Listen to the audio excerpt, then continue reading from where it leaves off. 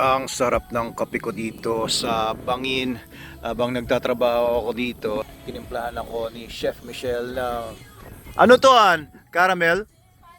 Spanish latte.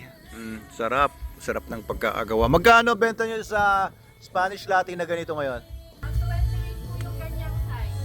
128 ang ganito. 128. Kasi 12 ounce lang to, no? Bakit 12 ounce lang ginawa nyo? Wala pang cup na 16. Kailan magkakaroon? Kailan magkakaroon ng 16 ounce cup?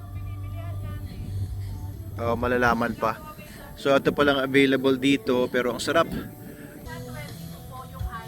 Yung iced merong 16 tsaka 16 and 22. Pag iced coffee meron 16 tsaka may 22. Ayan.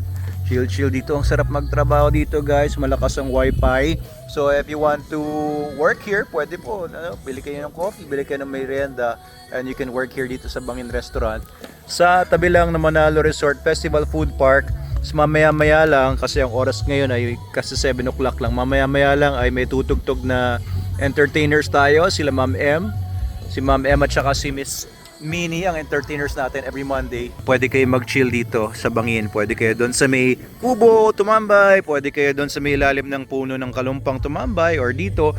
Or doon sa may harap. Pwede rin dyan sa may swing doon. Ayan, may swings tayo dyan.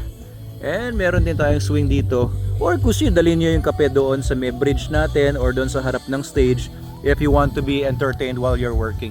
Ayan, so eto, nagpa-Facebook lang ako dito and sumasagot sa mga messages sa Messenger.